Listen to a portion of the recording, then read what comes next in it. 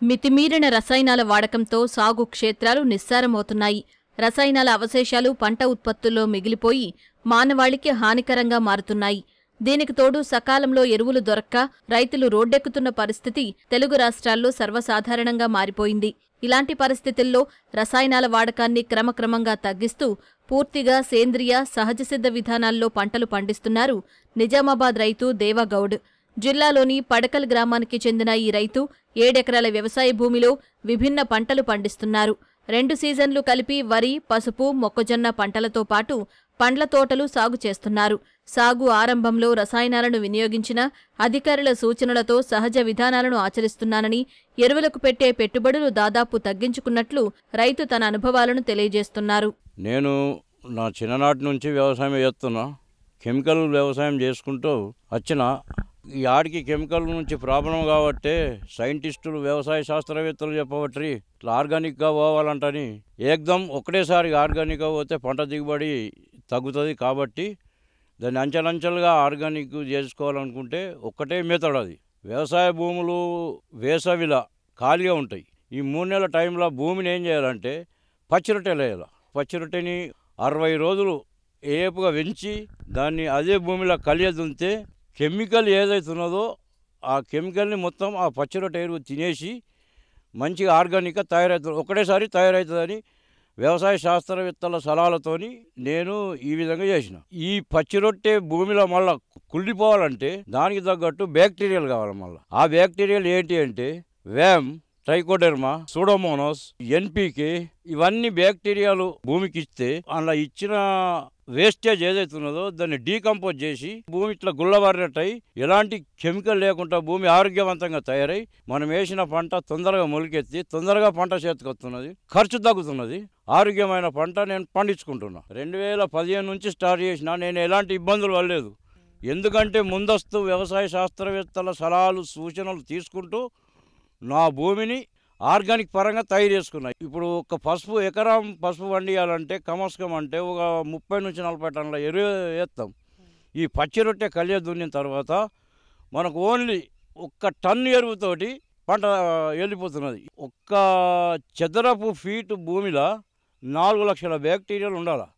ఈ వ్యామ్ బ్యాక్టీరియా ఏం చేస్తుందంటే మనం భూమికి ఇచ్చినప్పుడు భూమిలో ఉన్న సేంద్రియ పదార్థం కానీ రసాయనిక పదార్థం కానీ తీసుకొచ్చి ఏరుకు అందిస్తుంది అన్నట్టు ఈ bacteria.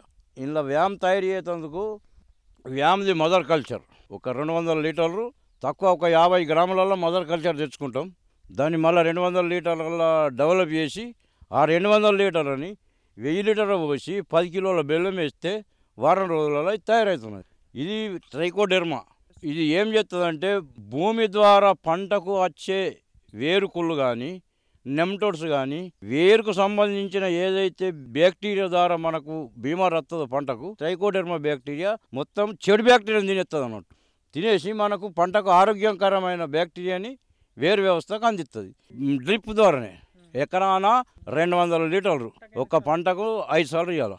NPK, nitrogen, phosphorus, potash. ఈరోజు రైతులు ఎదుర్కొంటున్న సమస్య ఇది సేమ్ అంతే. మదర్ కల్చర్ బ్యాక్టీరియా దాన్ని మనం డెవలప్ చేసుకొని 1000 లీటర్లలో తయారు చేసుకొని ఎకరాన 200 లీటర్లు డ్రిప్ ద్వారా ఇవ్వచ్చు. డ్రిప్పు లేని వాళ్ళు స్ప్రే చేసుకోవచ్చు.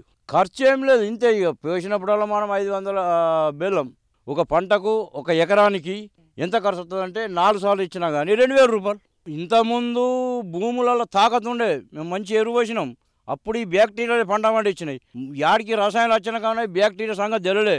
తర్వాత వ్యవసాయ శాస్త్రవేత్తల సలహాల ప్రకారం అప్పుడు తెలుసుకొని ఇక్కడ ఈ ఆన్లైన్లో లెంక్కొని ఈ బ్యాక్టీరియాలు తెప్పించుకున్నాను. నేను దిగుబడి మంచిగా మామూలుగానే ఏం తక్కువ లేదు నాకు దిగుబడి. వేలు పెట్టి మైక్రోన్యూట్రిషన్ కొనుకొచ్చుకుంటున్నాం. మైక్రోన్యూట్రిన్ అంటే సూక్ష్మ పోషక పదార్థాల లోపాన్ని సరిపెట్టుకున్నందుకు అవి తెచ్చుకుంటున్నాం. ఆ కంపెనీలో ఏం తయారు చేస్తున్నాయి ఏం కథ నీకు తెలియదు, నాకు తెలియదు. నేను స్వయంగా తయారు చేసుకున్న మైక్రోన్యూట్రిన్. ఎట్లా అంటే 5 కిలోల ఆహార ధాన్యాలు, 5 కిలోల నూనె ధాన్యాలు, 5 కిలోల పప్పు ధాన్యాలు, ఇవి కలిసి 2 కిలోలు అంటే 30 కిలోలు అవుతుంది మొత్తం. దాన్ని పౌడర్ చేసి 200 లీటర్లలో ఇంత ఏదో 1 కిలో బూడిది, 1 కిలో తౌడు, ఈ జింకు లోపాన్ని సరిపెట్టుకో, జింకుకు తర్వాత ఐరన్ లోపంకు ఐరన్ పదార్థాలు ఏంటంటే మా దగ్గర కల్టివేటర్ ఈ పాయింట్లు ఉన్నాయి, అందులో వాడేసిన ఏది కాపర్ గిలాస్ వేసేసిన.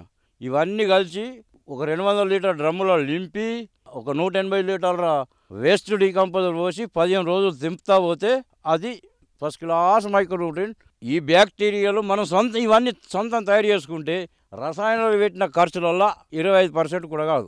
ఇప్పటి రోజులల్లో రోజు పేపర్ చూసితే ఏమున్నది, యూరియా గొడవలు, ఎక్కడ చూసినా లైన్లు, చెప్పుల లైన్లు, రైతుల లైన్లు, ఈ విధంగా నడుస్తున్నది. రైతులు లేచింది తన పొలం కాడ తను పని చేసుకుంటుంటేనే, ఈ విధంగా చేసుకుంటుంటే తన పంటను కాపాడుకుంటుంటేనే మంచిగా ఉంటుంది. తన పొలంలోనే డ్రమ్ములను ఏర్పాటు చేసుకుని వ్యామ్, వేస్ట్ డీకంపోజర్ వంటి ద్రావణాలను తయారు చేసి వినియోగిస్తున్నాడు.